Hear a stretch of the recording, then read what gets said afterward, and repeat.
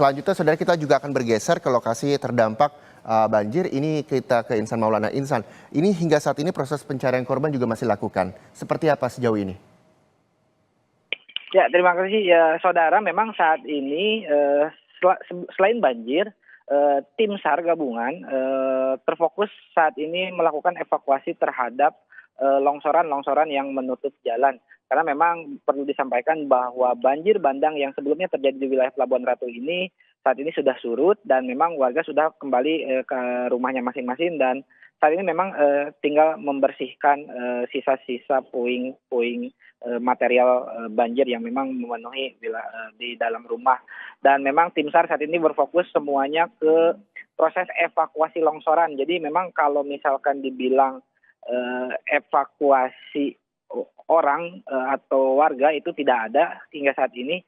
Cuman memang karena saat ini hampir seluruh akses jalan itu tertutup longsor, tim SAR dan juga BPBD dan juga tadi juga saya sempat memantau ada PUPR yang memang turun untuk melakukan pembukaan proses jalan. Nah, di balik akses jalan itu memang ada beberapa warga yang aktivitasnya terbatas karena memang mereka akses untuk menuju perkotaan dan juga akses untuk kembali ke rumah itu terganggu karena penutupan jalan oleh material longsor. Tadi selain penutupan jalan oleh material tanah longsor juga sejumlah beberapa titik di hampir di seluruh Kabupaten Sukabumi jembatannya roboh, dan memang karena kemarin itu terjadi banjir bandang tersebut sehingga memang aktivitas warga terganggu yang memang harusnya lebih cepat ini menjadi lebih lama memutar. Dan sampai saat ini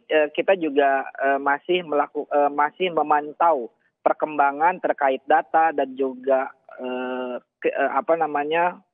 proses evakuasi jalan dan juga perkembangan peristiwa ini di lokasi yang saya ada di sini, yaitu di Posko Basarnas. Karena memang semakin berganti waktu itu semakin berubah datanya seperti itu.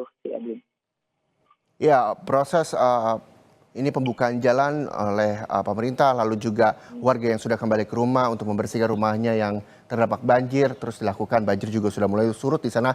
Lalu ke depan apa upaya pemerintah untuk penanganan banjir ini, Insan? Ya, memang berdasarkan informasi bahwa saat ini pemerintah masih melakukan rapat tertutup dengan pemerintah, dengan sejumlah sesama pemerintah, dengan instansi terkait, mungkin dari BPBD, dari Pemda setempat, dan juga mungkin tadi juga ada PJ Gubernur yang meninjau ke lokasi bencana gitu.